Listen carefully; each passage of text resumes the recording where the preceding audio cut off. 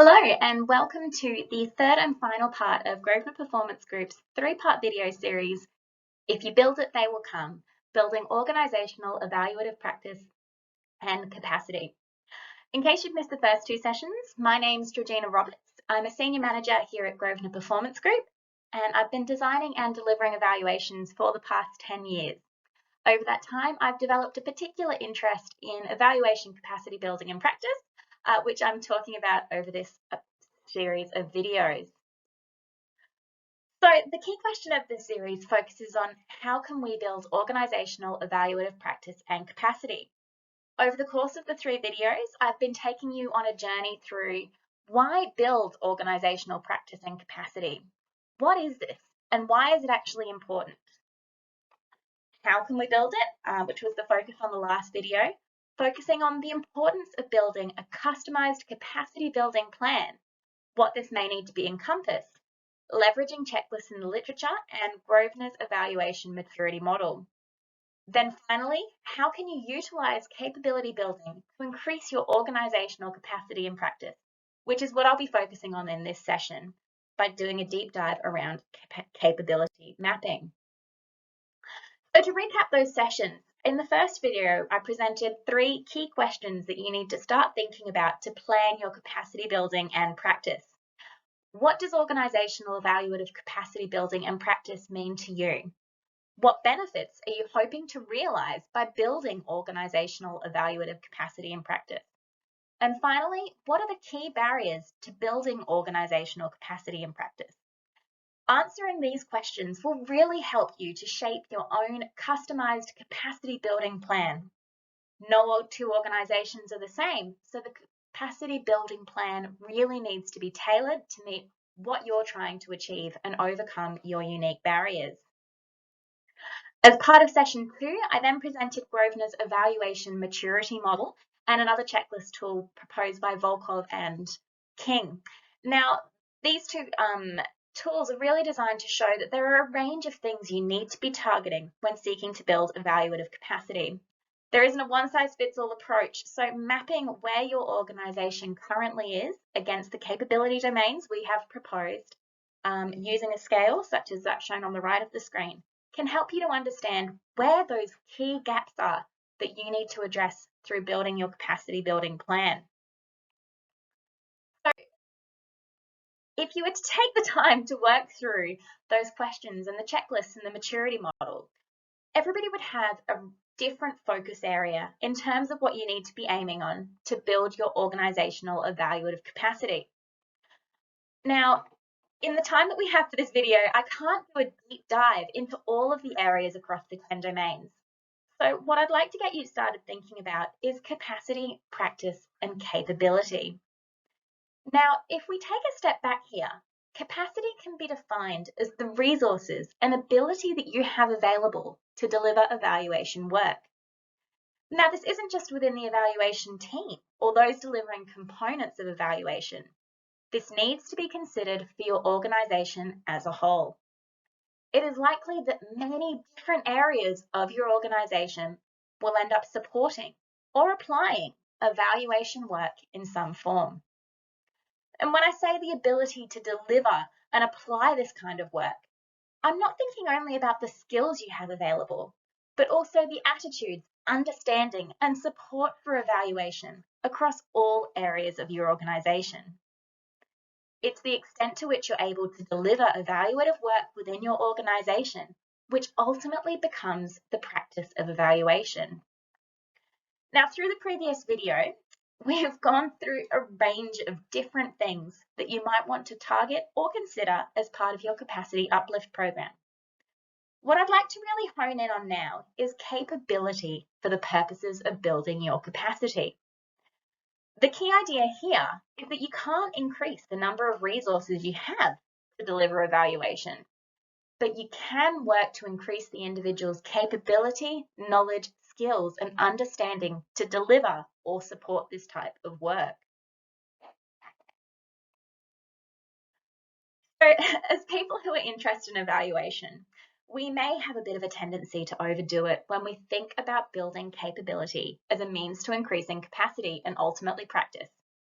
As they say, when you have a hammer, every problem comes to look like a nail. When you're an evaluator, you run the risk of wanting to turn everybody else into evaluators and incorporate the practice into everything your organisation does.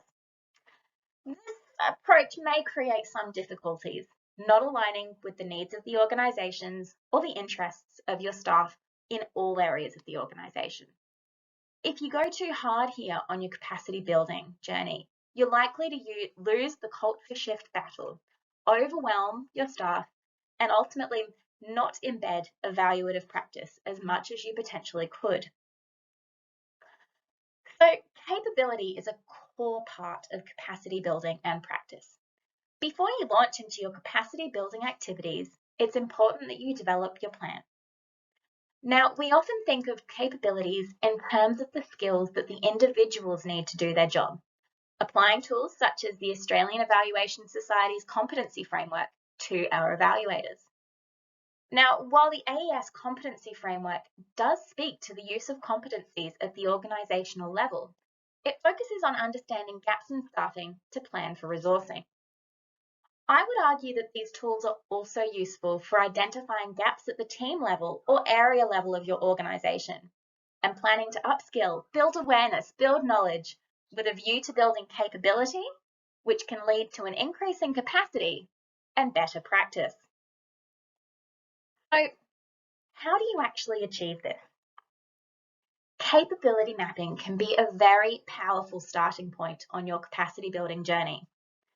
By working your way through the organisation, and when I say work your way through the organisation, I mean all areas of your organisation, you can start to think about and identify the roles that all teams and areas play in terms of evaluation. And this may potentially include factoring in different roles within the team.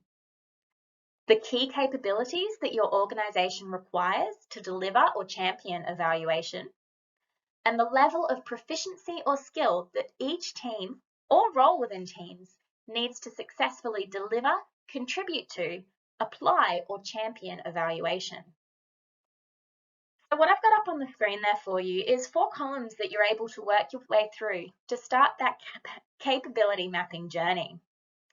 By going through this exercise, you might find yourself surprised about where evaluation knowledge, skill, or awareness is required or could be beneficial.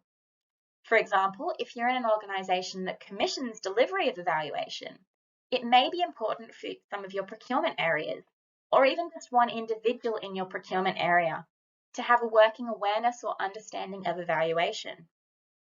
Alternatively, your program managers may be involved in delivering evaluation, hence requiring practitioner-level ability when it comes to designing an evaluation or implementing monitoring and evaluation frameworks. Applying or considering the evaluative capability mapping beyond the evaluation team will help you increase capability, knowledge, and understanding overall organisational capacity. This will ensure that individuals at a minimum understand how they are contributing to evaluation work to support efficient delivery. So on screen, you'll see a template that you can apply to support capability mapping. By working your way through the table for each area within your organisation, you'll be able to understand the puzzle that is building capacity across the organisation. Now, what I'd encourage you to do here is take this away and think about how this could apply to your organisation, or even work through a couple of examples that we've got on screen there. Perhaps picking something a bit more obvious like the evaluation unit or a program managers, as well as something a bit more in a supporting area, or that may be applying learnings from evaluation. They're not directly involved in the delivery of evaluation, but they may be helping to ensure they occur, or they might be applying learnings from evaluation. This exercise will help you to start thinking about how different areas of your organisation engage with or understand evaluation, and what level of knowledge they actually need so that you can start to design tailored capability uplift activities as part of your capacity building plan. So as I said, once you've undertaken your capability mapping, you'll be in a strong position to work out how to increase the capability and consequently capacity of the organisation. By looking at where the role and evaluation of different areas and the extent to which capability increase is required, you can develop an approach to bridging capability gaps that is tailored to each team. And again, the goal here isn't to upskill everybody to become evaluation practitioners. It's really just taking them on that journey to the level of knowledge or skill that they require to interface with evaluations and evaluative functions. So the techniques that you can apply here are really only constrained by your imagination. I have included a few that we regularly apply to get you thinking, but this is by no means exhaustive. So if you think about evaluation champions, this is about undertaking intensive capability uplift for a number of champions across the organisation. These are people who are embedded in teams or areas that have some role in or exposure to evaluation. So, for example, you could have a champion in your data area, the people who are actually supporting complex analysis to support your evaluation work. Or there could be someone in the program management area who's a local go-to person to help drive evaluation forwards. And this is actually a very useful approach when it comes to getting leadership on board. If you can find somebody within leadership structure who has a better understanding of evaluation or interest in it, they can start to drive evaluation from above. The second one you'll see there is actually secondments to evaluation teams. So this is a really good way to upskill people quickly to that practitioner level, or to get them actually able to understand and deliver components of evaluations. It could be taking one of those evaluation champions and actually embedding them within the evaluation unit so they can see and live evaluation in practice and take that practical knowledge and understanding back to their areas. Formal training courses, I'm sure we're all very familiar with this approach, but this is really great when you have to give a general upskill or awareness raising type exercise. It won't give hands-on exposure to those who need to commence evaluation work immediately, but it can definitely help to socialise, build awareness and understanding of evaluation as a concept for those who may interface with it less regularly. Shadowing and mentoring often go hand in hand. And again, these are about practical exposure to evaluation work. And we have found these quite successful for some of our clients. By shadowing an experienced evaluator, people can learn through live evaluation activities.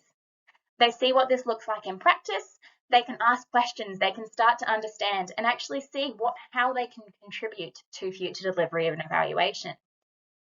An extension of this is then having the individuals contribute to the delivery of an evaluation with oversight and or mentoring from someone more experienced to make sure it goes smoothly.